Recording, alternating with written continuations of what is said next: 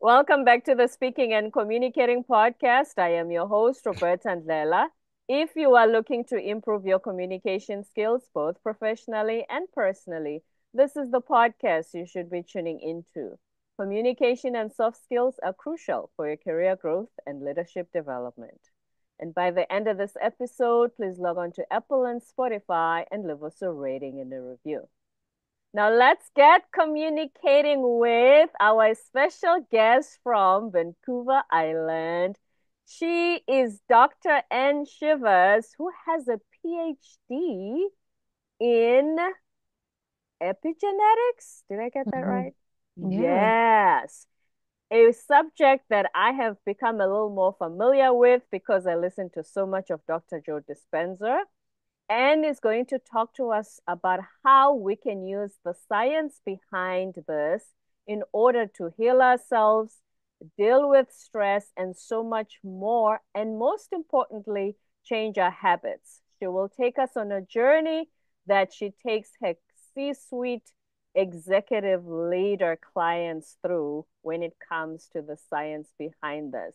And before I go any further, please help me welcome her to the show. Hi, Anne. Hey, thanks for having me. So I'm excited to be here. Me too. It's my absolute pleasure. Welcome. I'm excited to hear because I think we're going to learn so much from you. But before we get into that, please introduce yourself to our listeners. Yeah, well, I've been on a bit of an interesting journey in my own life. I started off as actually a school teacher, out of all things. So I did my master's of teaching and went through and started teaching kids in physical education. And at the time, like looking back on it now, knowing what I know now, I would teach a whole lot differently. But I got out of the system because for me, the system wasn't helping every child. It wasn't helping every child thrive. And I was like, oh, I need a bit more. And so, just in regards to my personal health journey, I went back to school and I finished my diploma of osteopathy and went into clinical. And I've been a clinician now, coming up to about 10 years. And so, just had some wonderful experience of working with loads of people. I had a clinic downtown Montreal for a while and then went on the road and worked with some pro athletes and things like that. And then I landed actually in working with corporate because being downtown Montreal, people were like, well, I need a lot of help. And they're stuck in kind of that corporate cycle of work and stress and not knowing how to manage themselves and so on. And at the time, I went back and started my PhD. And I said, well, look, I'm learning this new information. Why don't I work with you guys? And so upstairs I go into my first corporate space and started teaching them what I knew at the time. And it's come a long way since then. So now I do go into corporate and I have a whole program that I run them through. And the basis of it is actually teaching them who they are in their own body from a genetics perspective, which sounds so out there going into corporate and doing that, but it works. And then we get into how these types will naturally see the world and how they communicate. And then I think what you and I will get into and talk into today is around old habits that we've learned and why we express the way we express. And then how do you change that, right? If you don't want to keep those old habits. So that's kind of the basis of me. Yeah. Mhm. Yeah. And we certainly do want to change some habits, and we always wonder why do we always go back to our old ways.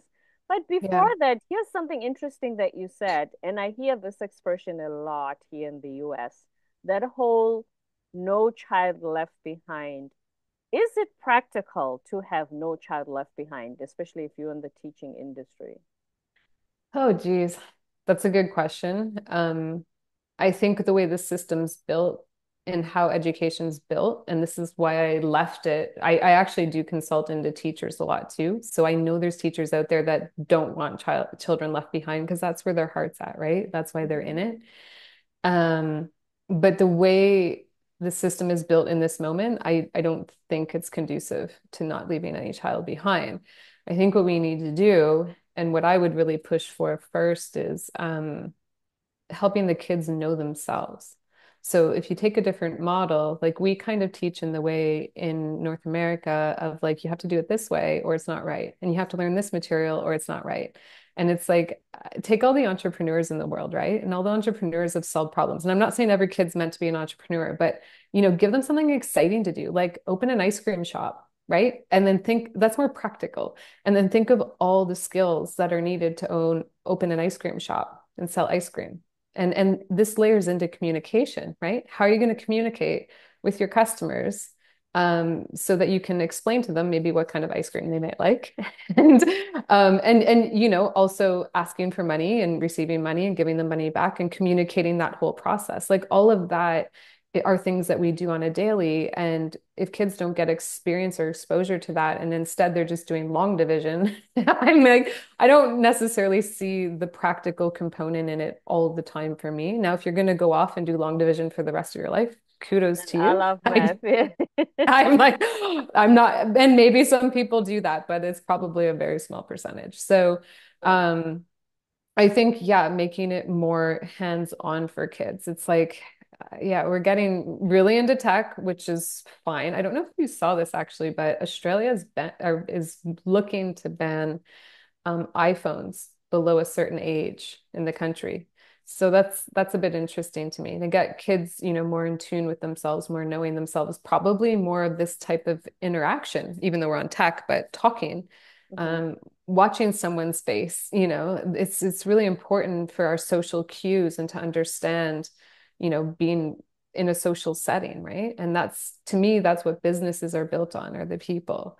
And that's what every business I go into, they understand that. They're like, hey, I want to take care of my people. I want to learn how to communicate with my people. I want to be better and I want to help them be better too. And so that's, a lot of great communities in the world are built like that. So schools, I don't know. There's probably some schools out there that are doing amazing things. So I'm not going to knock every school, but the mainstream system, probably not. Yeah. I haven't heard that about Australia, but to be honest with you, I would support them in that because two reasons. One, I had a guest who has won so many best art teacher in the state of California awards. And Mm. she says over the years that she's been teaching because they're trying to replace art classes with tech now. Because government will say you can have either or because we don't have a budget for both. They can't both keep both art and tech.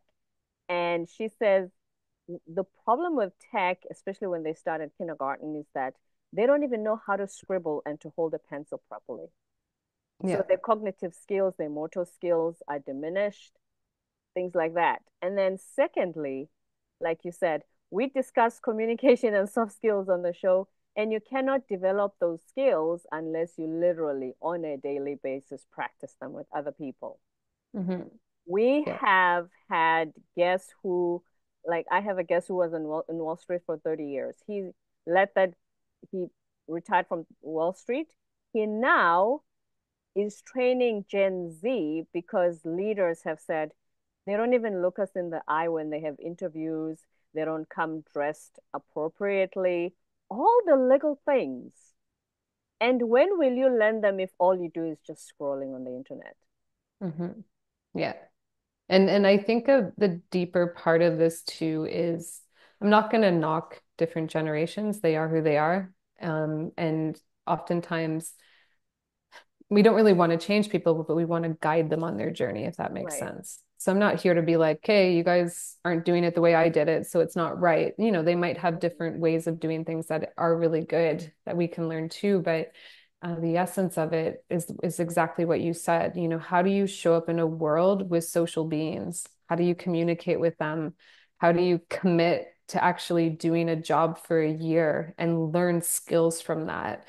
And within those skills, okay, maybe, the first job is like you're making and delivering pizzas. Okay, great. What are the soft skills you're going to learn from that? I think everyone should have a customer service job in their life, by the way. Yes. I mean, I used to work at a Dairy Queen as a kid. And so you learn time management, like you have to pump out ice cream cones when people want their ice cream cones, right? Mhm. And so like those soft skills, even at a young age, you can carry through and you learn how to deal with conflict when someone's not happy with their ice cream cone, right? It's the reality of it. And that whole ice cream cone situation is going to carry on in life because chances are there'll be conflict, as we go through. So how do Always. we deal with that? Right. Hmm. Always. And now, so you have these skills, these habits, whether you learn them or not as you grow. Now we are these grown-ups. I always say grown-ups are just kids in big bodies. We've acquired these habits, and some of them we know that they're holding us back and we want to let them go. So first, please explain to us what is epigenetics? So epi is above or around, and genetics is you. That's the best way to explain it. That's the word. Okay, so everything that surrounds you interacts with you. All right. So, for example, an easy way to explain is if I go outside in Canada in the freezing cold winter, I'm going to shiver because it's cold. Okay. But if I go outside and I'm in on a beautiful warm island, which I'm dreaming of right now, I might get sunburned, for example. Okay. And so those are two different expressions based on my environment. But let's put it in real-time context, right? So if we take a person and they get constantly yelled at as a kid, let's just take that example. So they're yelled at, yelled at, yelled at, yelled at. No, no, no, you're not doing this right. You're not doing this right. You're not doing this right. They'll start to look at their world as everything I'm not doing right. It's a programming. And so when a boss or a supervisor comes along and says, hey, look, you're just not doing that right, they'll probably have that same childhood reaction of like, I'm not good enough and I'm not doing well. And everyone can kind of feel that in a way because we'll all have some kind of pattern of feeling put down, of feeling diminished in the workplace, of not feeling appreciated. Like, this is everything I hear when we go into corporate. Like, they don't appreciate me, they don't respect me, I'm not heard. These are all the things I hear. And so what I take people on the journey of is saying, well, look, we got to go back into how you've been programmed to come into this world and actually reprogram you. And it's very specific on what I do. We go back to certain ages from when they remember hearing that, and we repattern it in their whole body into something new. And the trick with genetics and epigenetics is what you believe and perceive you are, you'll create around you. You'll see it, you'll think about it, you'll create it. Joe Dispenza talks a lot about that. So he talks a lot about gratitude. Okay, if you have gratitude in you all the time, what are you going to see the world like? Gratitude. But the thing is not everyone can stay in that because they don't know how, because they haven't exchanged out those old patterns first. So we want to go back and exchange out the old patterns, like even the habits of like, okay, I'm stressed, I'm going for the sugar food, right? We want to, yeah, right. A lot of people do it, right? So I'm stressed, okay, I'm just going to, self-sabotage myself really and go for the sugar food because that's comfortable for me right now, instead of looking at the pattern of why I got so stressed in the first place and put myself in that situation. So in a way, when I work with people, I'm that middle person of observing and learning and listening to them. Okay, like, this is exactly how you think and see the world. So that's the one-on-one work I do with people because it's so detailed, that they must come into themselves and want to face themselves and know themselves better. And then as they get rid of and translate out old patterns and add in new ones, they start to feel different because old patterns like this can consume us and drain our energy. And when we drain our energy, we feel heavy, we feel sad, we feel, I'm trying to think of some heavy emotions, judged, angry, fear. All of these are really heavy emotions that we really don't need and we don't need to live. And nobody wants to live there. So we must exchange it out for something new. And that's the process. Now, getting a little bit deeper into epigenetics is the fact that nobody's the same on the planet, which I find fascinating. I've like always found this fascinating. I'm like, why are people different, right? And so visually we see people and they look different, but has anyone ever thought of the fact that everyone has a different purpose on this planet? And it's true because we're all built differently. And from ages 0 to where you are now, your experiences and mine have been totally different in life. So even maybe we show up to collaborate with something because we want to see change in the world and we want to help people. The way you help and see the world will be even somewhat different than mine. And the way, your personality shows up and your experiences are going to be different than mine. And that's the joy of being human, is we can all collaborate instead of compete. I think in a way competing needs to go.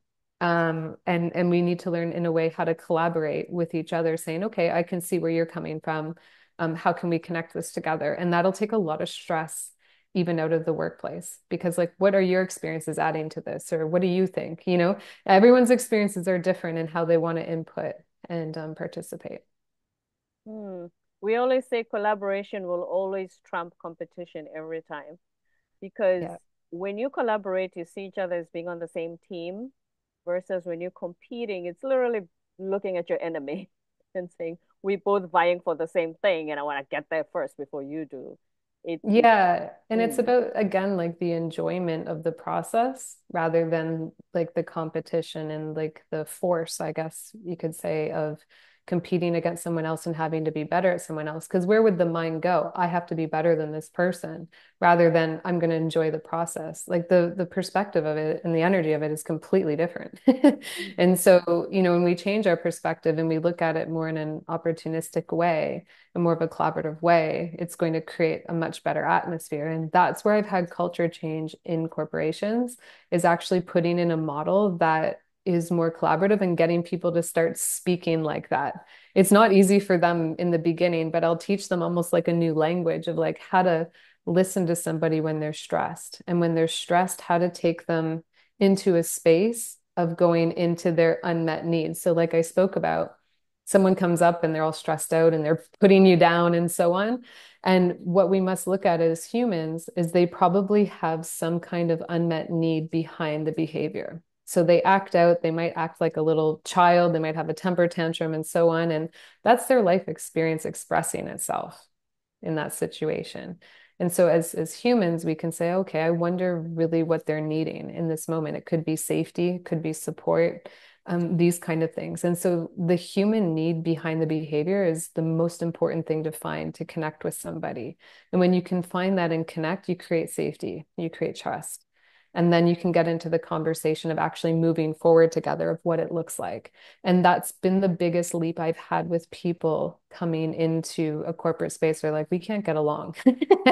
And I've heard it. And actually, one of my American clients, I love it. They nicknamed the program "Don't Be a Jerk at Work," which I was like, I'm not going to call it that, but you guys can call Very it that. straightforward. Yeah, they were like, "Don't be a jerk at work."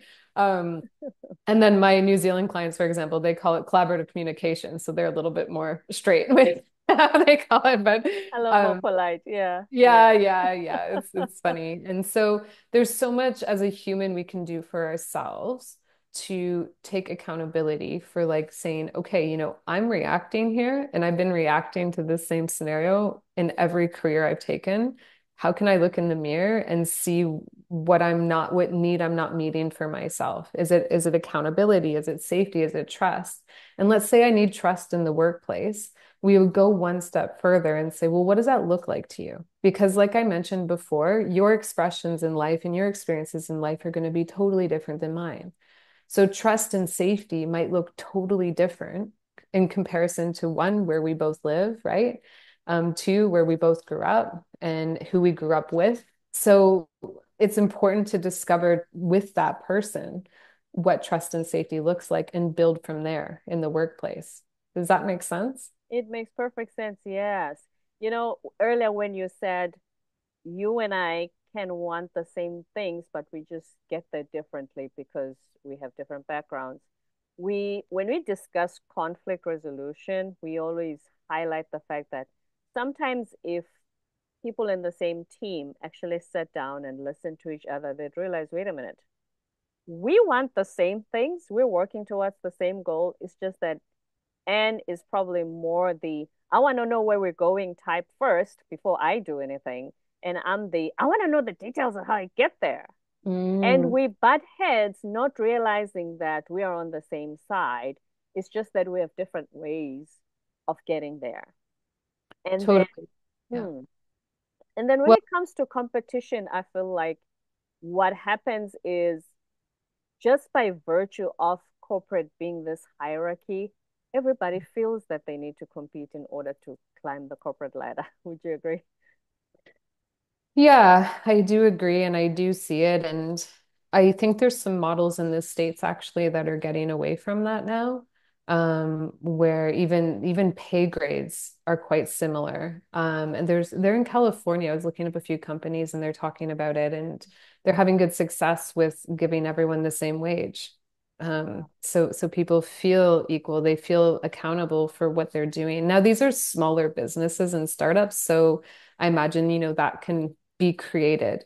Um, Maybe easier, but that needed to say, I mean, we can solve a lot of problems of, trucks and cars and things like that. So why can't we change this, right? Right. Yeah. And so I think, yeah, talking about wealth, I think that's a whole nother story. But I just wanted to go back to your point around people needing detail and people moving forward. There's actually about 6 different brain types on the planet, and they'll operate and see the world differently.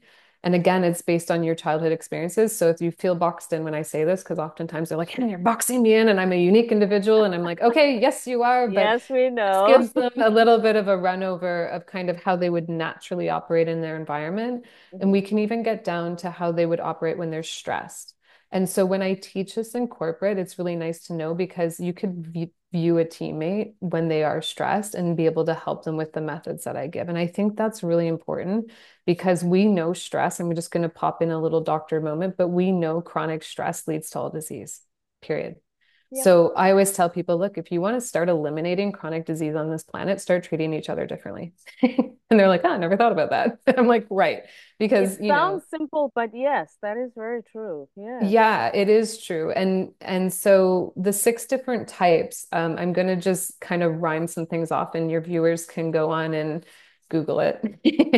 But we have a testosterone built body, so they'll be a little bit shorter and fiery and action oriented. So they'll, with their feedback, they'll say, well, what do you want me to do? They're doers. They have to do, they have to move.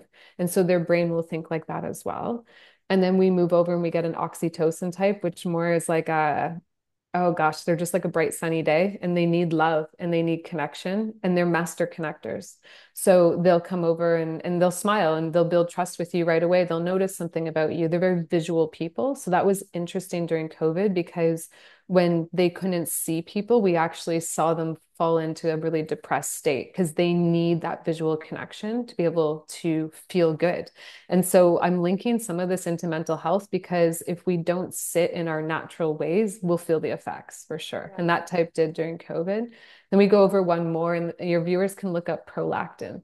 Prolactin is what a mother produces when she's pregnant. And so they'll have a larger mass on their bodies and so on, but they're really genuine caretakers. So they'll fill your cup before their own. And so as your listeners are going through this, they're probably like, oh my gosh, I get this person. I get this person. And the thing with these people is they'll totally nurture their team. And it comes very naturally to them. So people in the workplace can start putting these people in places where they can actually thrive and feel good. Like I would totally take one of those types and be like, you're in charge of this team. Take care of them. And they'd be like, yay, I love that. Because it feels natural to them. And then we go into more of our detailed type that's run by serotonin. Serotonin is built in the gut, by the way. So I'm all gut health's a total another topic around conversation, even as well. But serotonin is that detailed person. I need the words, I need the detail, I need the figures. I need to go back into the past and see what's been done 3 years ago, 5 years ago to make my decision. So try putting that testosterone driven person and the serotonin driven person in the same room, and you get the mover and the shaker of like, okay, I'm ready to go now. I want to start. And then you get the serotonin and like, well, we don't have enough detail. We can't start. Now you can see where there's going to be conflict in the workplace, right? Yep. But if people know that and understand that about how they naturally think and see the world in their environments, which again is epigenetics, then they can work with that instead of working against each other. They're like, oh, okay, I actually think like this. So I know actually how to approach this person now and how I can work with them based on what their needs are and what my needs are. And they get me too. And then there's 2 more types. They're the noradrenaline and dopamine type. I left them for last because people always like to put them first. Not that I don't like the dopamine types, but they're usually the forward thinkers. They're the leaders in the company. They're the visionaries. So they'll picture the future. They'll picture what things want to look like in the The future. And Steve Jobs sometimes is. Steve Jobs is exactly that. Usain Bolt, the sprinter, he's that. He's that type visionary. I know what I want in the future and I'm going to bring my team along with them. So they love when people are part of their team following their vision. The thing is, sometimes they put their blinders on and they kind of forget about everyone else. So they're kind of labeled as like, well, he's a jerk and he doesn't want to understand me, so to speak. And so they might not have the more so-called social aspects of them unless they've developed it for themselves and it's a part of their purpose, and that's okay. But, they would never be like the oxytocin type who's happy to socialize with anybody no matter what. Right. So it's like, putting people in the right position for themselves to thrive is absolutely essential. And then also understanding all of them in the workplace. And so I've had people build their workplaces around this, and reconfigure based on that. And that's been less stressful for people. When things are less stressful, we know that communication is going to be better at the end of the Yes, day, right? Yeah. absolutely. And Yeah. so that's the deeper part of epigenetics. But then, we've kind of gone backwards in this, but that's okay. But then they can go into saying, well, I still get angry when this person does this, even though that's their natural tendencies. And I say, okay, well, then let's exchange out that pattern of how you've perceived your world since you were a child. And then they can go in and exchange out the pattern. That's where the one-on-one work comes. But when we go in and we do some of these presentations, it gets really funny because people start actually understanding one another and appreciating them. Oh my gosh, I get you now. I get why you're such the doer and you never want to stop and you talk so fast. I Oh my love gosh, it. I get why you want all the detail all the time. And to me, you look like you're working slow, but you're not. You're just taking in all the details before you want to move forward, right? Mhm. I get why you're so focused on work because your dopamine's running super high and you don't want to be distracted at all. So I won't bother you when you're doing your work, right? So it's like just appreciating that about people and loving it about them. It creates such an amazing workplace for people to thrive. That is so amazingly true and fascinating because, we say sometimes that you can think, oh, I'm an excellent communicator, but that's not as important as finding out how does Anne experience me when I communicate? Yeah, Because that's exactly. when we can determine whether your communication skills are up to par or not. But if you just think, oh, I'm great in this and I'm excellent in that, the question is, those around you, do they have that experience of you? 100%. And I think, like you said, there's the one part of really understanding others. So that's really wonderful. So that's the external experience around you. But there's the internal experience as well. And I always say good communication starts with listening. So, am I really hearing? If you came to me with a problem and you were stressed out, am I just going to say, oh, well, that's just life. Too bad. You know, that's one way. I would never do that to you, by the way. No way. But how many people have said that? Oh, too bad. That's just life. Shake it off. It'll get better. That's not listening. That's dismissing their human need. And we do it often and we don't even realize that we do it. And we're taught to do it probably because we don't have the skills of how to deal with a stressed person. So then the flip side of that is if you did come to me and you're having a tough day, which by the way, you can call me whenever, I'd be happy to listen to you. And you said, Anne, I'm having a really tough day. What do you think about this? And I would say, well, what's really going on with you? Give me some more details. I want to understand this. I really want to sit with you and understand this. And I would ask your viewers, how many people actually sit down and really hear what's going on in the person and can fully get present and understand it?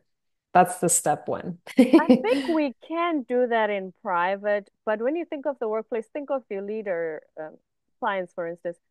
Don't you think that sometimes when they say that, it's because we have a pressing deadline, we have to get this done, this project needs to be done by a certain period. We don't have time to sort of, with the lack of a better word, coddle you.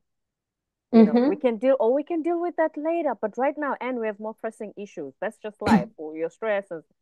Sometimes that's what it is. Because as much as we say the workplace is more people centered now than it was 30 years ago when I started, it still means that the work needs to be done. Yeah, I agree. And so when I go into corporate and they say, well, we don't have time, like we actually don't have time to communicate with that, I would say, well, okay, get what you need to get done, but how are you checking in with your team to make things better? right? So there can still be a check-in point where you come and sit down with that person. Maybe it's their, quarterly meeting or whatever they have around really, I really want to hear and understand how things are going and how you think things can change. And I think a lot of leaders do that, but I think it's also worth hearing the need behind what they really value. And if we go around those epigenetic types that I explained, everyone will have core values based on who they are. And Mhm. when you can understand their core values, you can understand what's really going to make them tick in the workplace and help them grow for themselves. So yes, I agree that there are these timelines and people need to get things done, and sometimes systems aren't up to par. And I have come up with a way to make really clear requests with people so they don't come across as demands. That's another thing we work on, because sometimes people come across as being really demanding. And a request and a demand's different. And I'll just share this with your viewers because I think it's important. A demand is, well, a request is someone says no to your request. Okay. And I would ask people, how do you treat them after they say no? So do you judge them? Do you get angry, etc.? Or do you try to understand why they were saying no? That's the difference. The request person tries to say, oh, okay, well, could you just let me know why or what's up and could we work it out kind of thing. The demand person goes, well, gosh, you're an idiot and gets angry. So there's Don't the be a jack reaction. at work. Yeah, exactly. Right. And so there's two different ways of reacting. Do we want to react in the stressed way back, or do we want to react in a constructive way of being like, okay, could I actually just understand this more? And that's where it comes back to what we were talking about. Can I actually just understand really what's going on? Even if it is a quick explanation in a fast-paced world, at least you're still gathering information and understanding about the person and you're hearing them. We can hear still in a fast-paced world. You don't have to sit down and have a coffee every time. It can be quick. It can be a quick understanding. It can be through email. It can be through voice note. Like we have all these tools, right, that we can use just to gather information about people. And that's always really beneficial rather than treating someone differently when they don't do it, because that's going to cause havoc at a workplace 100%. As every single time for Yeah. sure. So now Yeah. we've covered understanding the different personalities of your team members so that you understand how they operate. Now let's talk about our internal work. How do we change our habits? Because here's the thing. A lot of us have been to Tony Robbins's seminars and we're ready to change and totally revolutionize our lives. And as soon as we get home, we go back to our old habits. But Mm. we really want to change. Why does it seem like we just keep getting defeated in that on that front? What kind of habits would you say that the people have that you see? So I can kind of speak into something relevant. Like, for instance, I suffer from procrastination. And Okay. I probably sometimes would wait until the very 11th hour to do something when I know that there's no way I can get away from it. Now it really has to be done. That's one of my top three, which And then just out of curiosity, what happens internally in you? Like panic, stress, like what happens? not panic and stress as such, but just delaying, just thinking I'll get it done. I'll still get it done. But I don't Okay. know why I put myself in a position when on the 11th hour, then I will have that pressure. Because here's the thing, when you do something for the first time, when I was at university, you write an essay and then you check it again and you edit it. When you do something for the first time, it's not great. Okay. You need to just keep doing it, but you need more time to just, you read it again. I don't know why I just keep putting it off until the very last minute.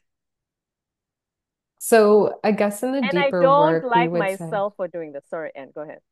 oh, there was just a delay there. No, sorry, go ahead. No, I was just saying, and I'm not proud of myself for doing that. And Mm. therefore, I know it's something I want to change. Like if I'm given an assignment today for the next, and it's due in 10 days, I want to start today. Yeah, totally.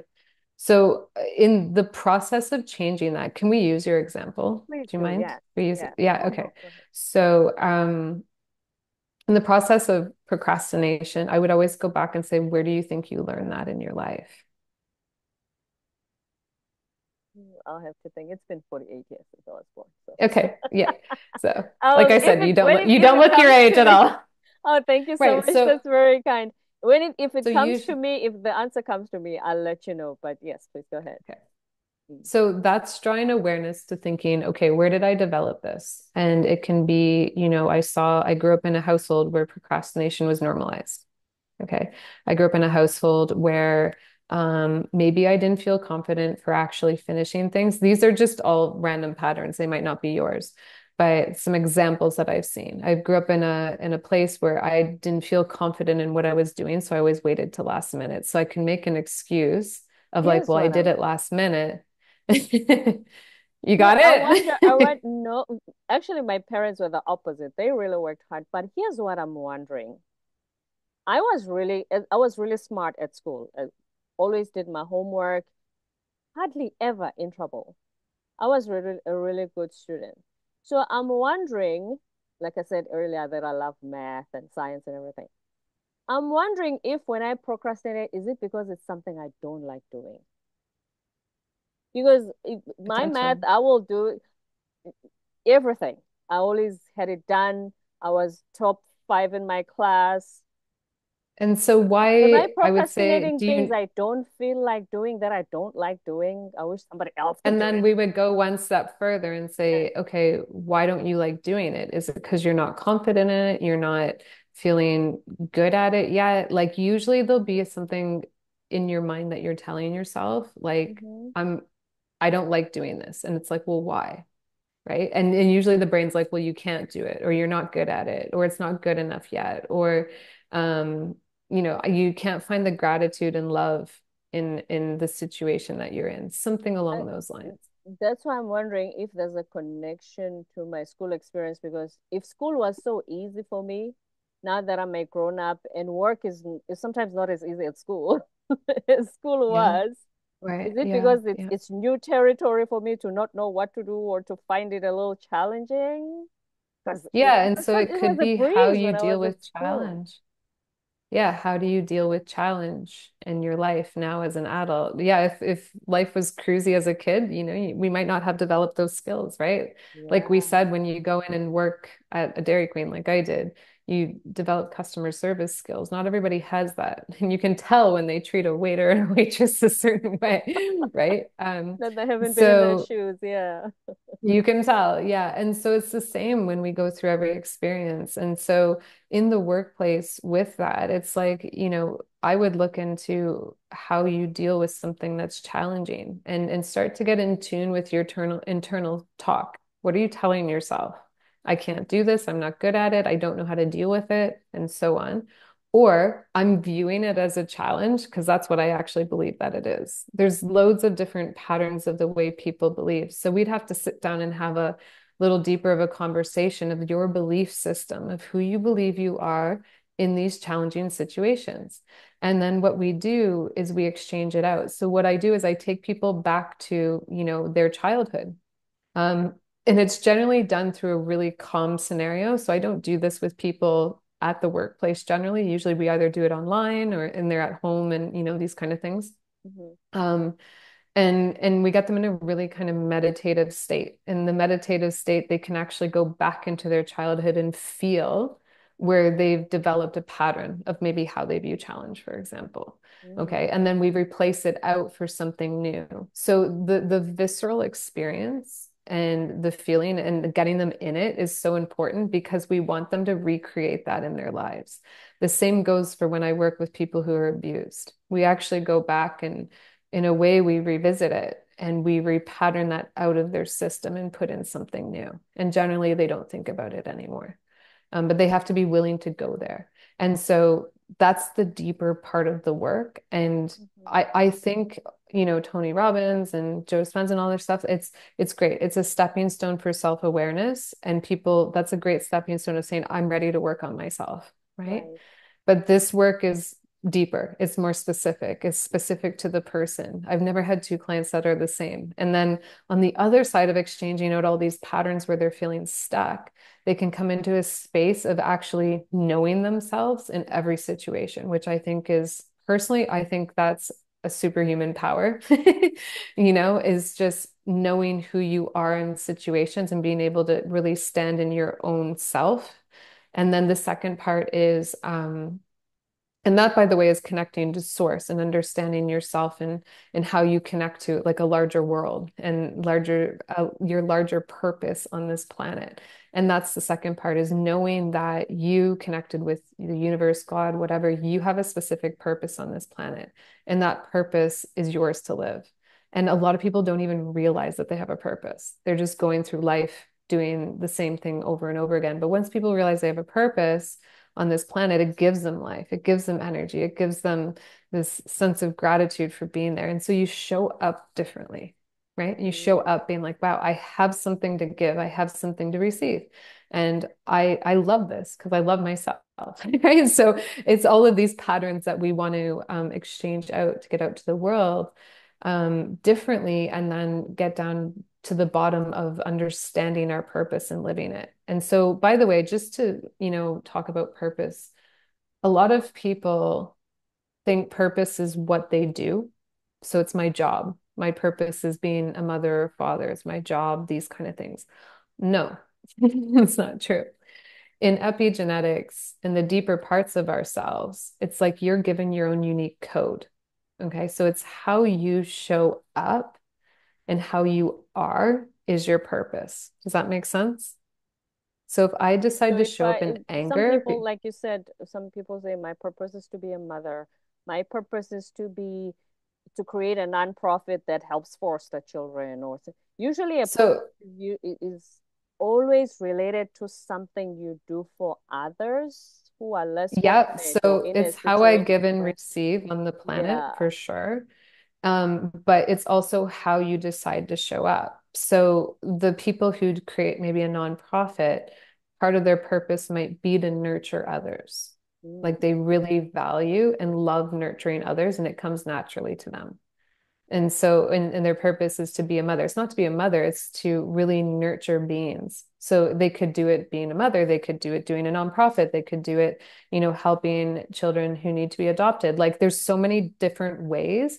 And that's what the universe provides us is like infinite amount of ways you can nurture on the planet. You can adopt dogs, right? Like there's just so many different ways. So it's not exactly what you do, it's how you show up and choose what you want to do. So if you're the nurturing type, then you have infinite choices. So I think what I wanted to tell the viewers and listeners is, don't put yourself in a box because your purpose, you can do infinite amount of things with it. You are infinite.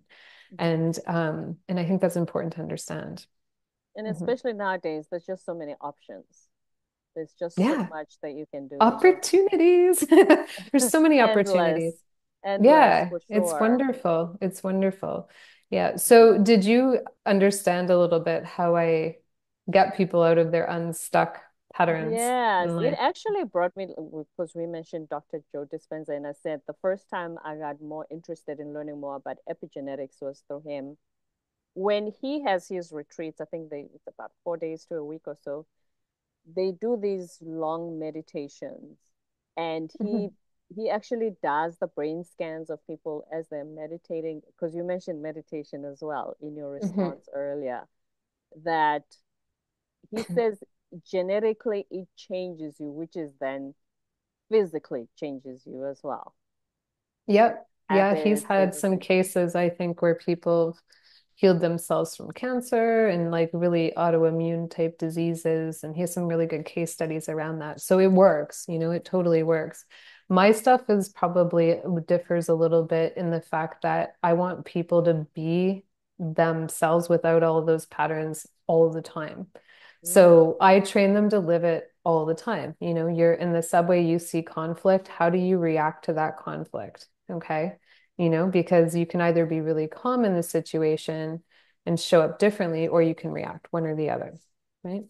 And the thing is, too, what people don't realize, we are energetic beings. And I'm going to get a little bit deeper into this, and hopefully people are open to following me at this point, was because when you show up living your purpose, you inspire people to do the same. So when you know yourself in certain situations, and you show up not blaming, complaining, accusing, like all these survival patterns we live in, you'll have an interaction with someone in front of you, like we are now.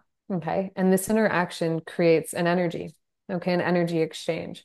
So, based on how I'm living in this moment in my own body, and how I think about myself and how I'm connecting with myself through source, I'm going to be getting back right in front of me because that's an energy exchange. What we put out always comes back. So if we put out anger, anger comes back and we'll see and perceive anger.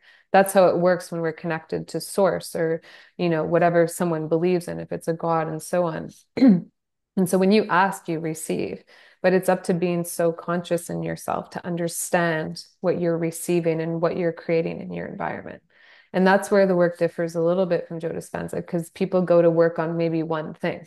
I work on the whole being in the moment.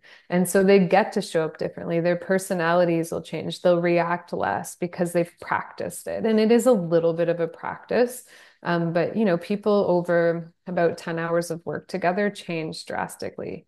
And they don't even think about old patterns anymore. And they know how to exchange them out themselves. And that's kind of my goal, is to be like, hey, here's you, and this is actually how you work with yourself. Just to give, So you can power back to adjust the even people. when you're at home. Yeah. Totally, you can do it anywhere. And so Wow. it's like, you don't have to go to an event. And the events are great. I'm sure they're absolutely wonderful, but you can do it with a friend. You can do it you can do it anywhere when you know yourself. And that's the beauty of it. Is always having that self-awareness and always exchanging out something to be new in the moment. If you don't like being around angry people, exchange out your anger. Um, and you'll create something new in your life because you're not carrying the anger anymore. So this is Right. how it works. We Mhm. truly are superhuman. And is We there are. anything, yes, is there anything I haven't asked you that you were hoping to share with our listeners today? Oh gosh, we got through a lot. I think that was, I get going, hey, and then I'm just like, I oh, love it. I have, There's so much I've learned and I'm taking yeah, in. Yes. yeah, there's a lot of juicy stuff in there. I think, what I would really love to leave your people with is actually understanding that they're greater than they believe in this moment. And it took me forever to learn that. I don't want to say forever, I'm still young, but it took me a lot of trials and tribulations in my life to learn that. And I would say for people not to wait until you have to go through all of that to understand that when you sort out patterns that you no longer want, you can become completely unstoppable. And that feels great. Okay. But then the second part of that is you can actually really help your communities. You can show up differently. You can help your workplace differently. It's absolutely amazing watching things change around you as you change. So this is epigenetics at its best. Mhm. Hmm. What can you say regarding shouting out the outside noise? Because there's just so much outside noise, especially with all the tech and the social media exposure. We talked about my social media. Hey, so I just joined social media. Yeah, I from a personal experience, I'm not on social media much because I just don't. I mean, I message people here and there and stuff like that, but um I didn't really like all the noise, so to speak. I didn't like how it was making me feel, so I changed it. I had it way back and so on. So I got rid of all the apps on my phone and I don't have them. So people can make choices that benefit them a little bit more, right? And so it's like my teacher always said the outside represents the inside and the inside represents the outside. They're the same. So what you're creating on the outside, if there's noise on the outside of you, it means that you have to work on the noise inside as well. Mhm.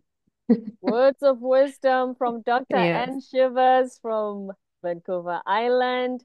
She has a PhD in epigenetics, a former teacher who has taught us so much today regarding our superpowers and how we can do this ourselves as well. And this has been very educational, insightful, and there's so much that we've learned from you. We really appreciate you being here. Thank you so much. Thanks so much for having me. My absolute pleasure. Before you go, please tell us if you have a website, because you're not big on the socials. Where can we find you? I'm actually on social now. I'm on FYI, Facebook, YouTube, and Insta, but it's brand new. And so I have a business called Life Lift, conveniently because that's what I want to do. But what I do when I work with corporates specifically is I like meeting with the person who wants to spearhead the program alongside me. So on the website lifelift.live, people can actually go on and fill out a form of what they're looking to do in their corporation, and we try to match really what they want. It's a bit bespoke, but it's working quite well.